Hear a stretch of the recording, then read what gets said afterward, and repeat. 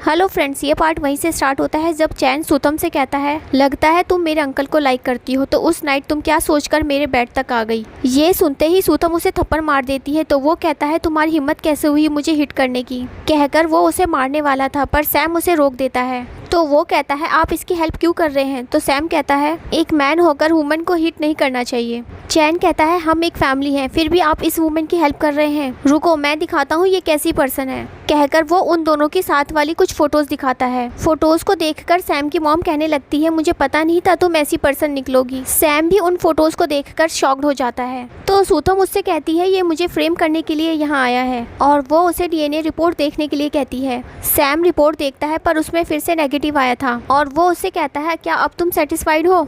तो सब लोग हंसने लगते हैं। तभी सूतम असिस्टेंट से पूछती है कि जब तुम रिपोर्ट लेने गए थे तो क्या कुछ हुआ था वहाँ पर। तो वो बताता है कि जब वो हॉस्पिटल गया था तो वहाँ पर वो सुमो से मिला था। फ्लैशबैक में दिखाया जाता है सुमो जानबूझकर असिस्टेंट पर पानी गिरा देती है और उससे रिपोर्ट लेकर कहती है मैं पकड़ लेती हूँ, तुम क्लीन होकर आ जाओ। सूतम सुमो से कहती है इसका मतलब तुमने रिपोर्ट चेंज किया है। तो वो कहती है ये तुम क्या कह रही हो, मुझे इस बारे में नहीं पता। और कहती है अब तो तुम्हें पता चल गया है तुम्हारे बेबीज़ का फादर चैन है, तुम कितनी शेमलेस हो, अब चली जाओ यहाँ से। तो चैन कहता है आप सबने देखा ना ये कितनी डर्टी वुमेन है, ये फोटोज और डीएनए रिपोर्ट इसका प्रूफ है। तो सारे गेस्ट भी कहने लगते हैं ये इस सिचुएशन का एडवांटेज ले रही है, इसे यहाँ से चले जाना चाहिए। तभी वहाँ पर सूतम के तीनों बेबीज आ जाते हैं और वो कहते हैं कि हमारी मॉम अच्छी है, ये अंकल झूठ बोल रहे हैं। और डिवाओ सबके फ़ोन में एक मैसेज सेंड करता है और वो रियल वाले फ़ोटोज़ थे जिसमें चैन किसी और के साथ था। और डिवाओ कहता है इसके और मम्मी के फ़ोटो एडिट किया हुआ था, और वो कहने लगते हैं ये हमारे डैड नहीं है। सैम की मॉम चैन से पूछती है तुमने सूतम को फ्रेम क्यों किया। तो वो कहता है मैं आपका फैमिली मेम्बर हूँ, आपको मुझ पर ट्रस्ट नहीं है और इस पर ट्रस्ट है। तो सैम पूछता है असल में यहाँ हो क्या रहा है। तो केताई उससे जाकर कहती है इस बैड अंकल ने मुझे कार से हिट किया था। डिवाओ कहता है सिस्टर को नंबर प्लेट याद था, इसलिए मैंने उस कार का वीडियो हैक कर लिया। और वो सैम को दिखाता है जिसमें चैन दिख रहा था कि चैन ने ही केताई का एक्सीडेंट किया है। सैम पूछता है किसने ऑर्डर दिया था तुम्हें ये सब कुछ करने के लिए, जेल जाना चाहते हो क्या। तो वो कहता है हम एक फैमिली हैं, आप मुझ पर बिलीव क्यों नहीं कर रहे। और डीएनए रिपोर्ट में प्रूफ तो हो गया कि मैं इनका फादर हूँ। तो शाओ कहता है वो फेक रिपोर्ट थे और वो असली वाला रिपोर्ट सैम को देते हैं जिसमें ये प्रूफ हो रहा था कि वो तीनों सैम के ही बेबीज हैं। सुमो कहती है तुमने अपने बेबीज से एविडेंस लाने के लिए कहा, पक्का ये फेक ही होगा। असिस्टेंट कहता है उसमें सैम फैमिली का फैमिली डॉक्टर का सिग्नेचर है और मैं जो रिपोर्ट लेकर आया हूँ उसमें उनका सिग्नेचर नहीं है, इसका मतलब ये फेक है। ये सुनकर सैम शॉक्ड हो जाता है और वो चैन को मारने लगता है और कहता है तुम ऑलमोस्ट मेरे बेबी को मारने ही वाले थे, बताओ सच क्या है, किसने तुम्हें ऑर्डर दिया था ये सब कुछ करने के लिए। तो वो डर के मारे बता देता है कि ये सब कुछ सुमो ने किया है, उसने मुझे पैसे देकर ये सब कुछ करने के लिए कहा था। और कहता है इसकी मॉम और बटलर का अफेयर चल रहा है, ये बटलर की बेटी है इसलिए इसके सभी गलत काम में साथ देता है। सुमो कहती है ये तुम क्या कह रहे हो, और वो सैम से कहती है तुम मेरा बिलीव करो ऐसा कुछ नहीं है। सैम की मॉम कहती है मुझे पता नहीं था तुम इस टाइप की वुमेन हो। तो वो उनसे माफ़ी मांगने लगती है कि प्लीज़ इस बार मुझे माफ़ कर दो, और सैम से भी माफ़ी मांगने लगती है कि मैंने ये सब कुछ जानबूझकर नहीं किया, मैं डर गई थी कहीं किंजी से उसके फादर दूर ना हो जाए, इसलिए मैंने ये सब कुछ किया, मैं तुमसे बहुत प्यार करती हूँ, प्लीज़ मुझे माफ़ कर दो। सूतम कहती है अब सब कुछ क्लियर हो गया है तो मुझे यहाँ से जाना चाहिए। सैम की मॉम उससे माफ़ी मांगकर उसे रुकने के लिए कहती है। तो वो कहती है मैंने पहले ही सैम के साथ एग्रीमेंट कर लिया था, किंजी के बर्थडे पार्टी के बाद हम दोनों एक दूसरे के सामने कभी नहीं आएंगे। तो सैम भी उसे रोकते हुए कहता है हम दोनों के बीच बहुत सारी मिसअंडरस्टैंडिंग थी। सूतम कहती है 5 इयर्स पहले सुमो भी प्रेग्नेंट थी, इसका मतलब तुमने मुझ पर चीट किया, हम दोनों के बीच कोई मिसअंडरस्टैंडिंग नहीं है। कहकर वहाँ से जाने लगती है तो किंजी उसे रोकता है और कहता है प्लीज़ मुझे छोड़कर मत जाओ। सूतम उसे समझाती है कि मैं तुम्हारी मॉम नहीं हूँ, सुमो तुम्हारी मॉम है। तो वो उससे कहता है नहीं आप ही मेरी मॉम हो, प्लीज़ मुझे छोड़कर मत जाओ। तभी उसके नोज से ब्लीडिंग होने लगती है और वो बेहोश हो जाता है। सूतम जब उसे चेक करती है तो उसे पता चलता है उसे पॉइजन दिया गया है और पॉइजन भी सुमो ने ही दिया है। सुमो एक्टिंग करने लगती है कि क्या हुआ है किंजी को, और वो सूतम को ही ब्लेम करने लगती है कि क्या किया है तुमने किंजी के साथ। तो वो कहती है उसने कुछ नहीं किया है। सुमो कहती है ऐसा कैसे तुमने कुछ नहीं किया है, तुम ही तो उसके पास थी। सूतम उसे इग्नोर करते हुए किसी तरह उसे ठीक करने की कोशिश करती है, पर सुमो उसे रोकने लगती है कि तुम कोई डॉक्टर हो क्या जो उसे ठीक कर लोगी। और सैम से कहती है इसे रोको वरना ये हमारे बेबी को मार देगी। सूतम उसे उस पर भरोसा करने के लिए कहती है और बता देती है कि वही मेडिकल डॉक्टर केटी है। सुमो कहने लगती है कि हम तो साथ में बड़े हुए, लेकिन मुझे तुम्हारे इस टैलेंट के बारे में नहीं पता। तुम झूठ बोल रही हो, तुम बस मिरेकल डॉक्टर होने का प्रिटेंड कर रही हो। इससे साफ पता चल रहा है कि तुम मेरे बेबी को मारना चाहती हो। और वो सैम से कहती है मैं किंजी की मॉम हूँ और मैं ये अलाउ नहीं करूँगी कि ये उसका ट्रीटमेंट करे। तभी सूथम का असिस्टेंट आता है और वो बताता है कि यही मिरेकल डॉक्टर कैटी है।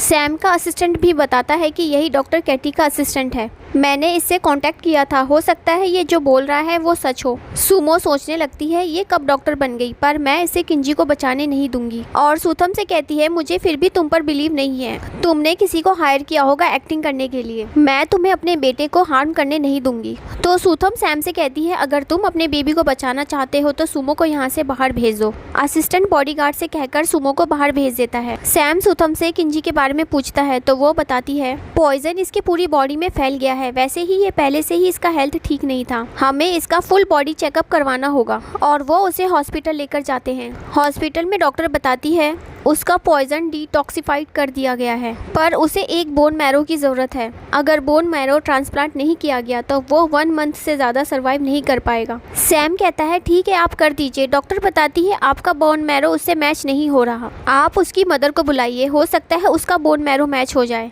तो सैम अपने असिस्टेंट को कॉल करके सुमो को हॉस्पिटल लेकर आने के लिए कहता है, पर सूथम कहती है अच्छा होगा कि तुम खुद जाकर सुमो से बात करो, डोंट वरी मैं हूँ हॉस्पिटल में। तो वो मान जाता है और उसे थैंक्स कहता है। असिस्टेंट सुमो से बात करने गया था पर उसकी मॉम उस पर गुस्सा कर रही थी और सुमो सोचने लगती है अगर मैंने उसे पॉइजन नहीं भी दिया होता तो उसके डेस्टिनी में मरना ही लिखा था। तभी सैम सुमो से बात करने आता है और वो उस पर गुस्सा करता है कि तुम्हें किंजी की फिक्र है भी कि नहीं। तो वो कहती है ऑफ कोर्स मैं उसकी केयर करती हूँ, पर तुमने कभी सोचा कि तुमने मेरे साथ क्या किया? मैं तुमसे इतना प्यार करती हूँ और तुम्हें एक बेबी दिया, पर तुम क्या कर रहे हो? और वो कहती है मैं बोन मैरो मैच करने जाऊँगी, पर मेरी एक कंडीशन है, तुम्हें मुझसे मैरिज करना होगा। मैरिज सर्टिफिकेट लेने के बाद मैं हॉस्पिटल चली जाऊंगी। और ये सीन यही कट हो जाता है। नेक्स्ट सीन में हॉस्पिटल में दिखाया जाता है जहाँ किंजी सूथम से कह रहा होता है कि क्या मैं मरने वाला हूँ, तो वो उसे समझा रही होती है कि ऐसा कुछ नहीं होगा। तभी वहाँ पर सैम आ जाता है। तो सूथम उससे पूछती है तुम अकेले क्यों आए हो, सुमो कहाँ है, क्या उसने किंजी को सेव करने से मना कर दिया? तो वो कहता है मैंने 3 दिन के अंदर किसी से कहकर पूरे शहर में मैचिंग बोन मैरो ढूंढने के लिए कह दिया है, पर अभी तक एक भी नहीं मिला। तो सूथम सोचने लगती है सुमो कितनी हार्टलेस है, जबकि किंजी उसका और सैम का बेबी है। मुझे किंजी को सेव करने के लिए कोई ना कोई रास्ता ढूंढना होगा। और वो इस तरीके से स्पाई गर्ल का गेटअप लेकर सुमो के घर पहुंच जाती है उसका ब्लड सैंपल लेने। और वो ब्लड सैंपल लाकर सैम को दे देती है और उसे टेस्ट करवाने के लिए कहती है।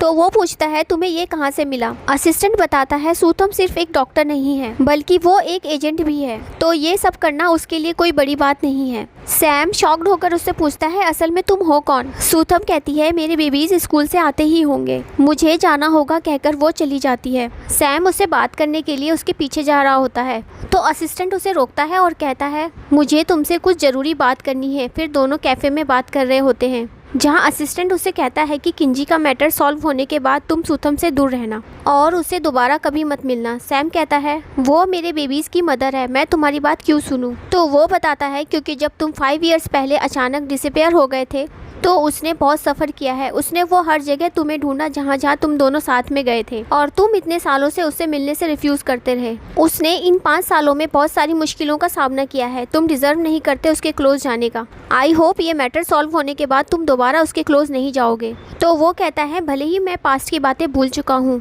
पर इसका मतलब ये नहीं कि तुम्हारी कुछ बातों से मैं गिव अप कर दूंगा। मैं पता लगाऊंगा पास्ट में क्या हुआ था और अपने बेबीज़ के लिए एक अच्छा फादर बनने की कोशिश करूंगा कहकर वहाँ से चला जाता है और वो अपने असिस्टेंट से पास्ट के बारे में पता लगाने के लिए कहता है। नेक्स्ट सीन में सैम अपने तीनों बेबीज़ के साथ खेल रहा होता है तो किताई कहती है फाइनली आप हमसे मिलने आए और वो उसे अपने साथ रहने के लिए कहते हैं तो सैम मान जाता है। तभी वहाँ सूथम आती है और वो सैम को यहाँ पर देखकर उससे पूछती है तुम यहाँ क्या कर रहे हो? तो वो बताता है कि वो बेबी से मिलने आया था।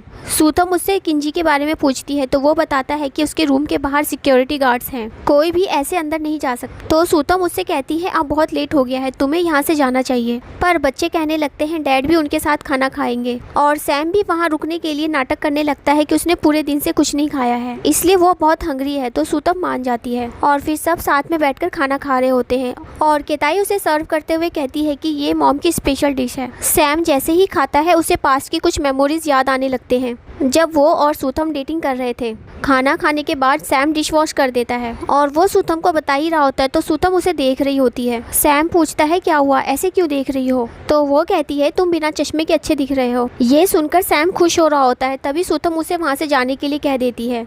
तो केताई कहती है बहुत रात हो चुका है, अभी जाना डेंजरस हो सकता है, और वो सैम को यहाँ रुकने के लिए कहती है और सूथम कुछ नहीं कह पाती और यहाँ ये पार्ट खत्म हो जाता है।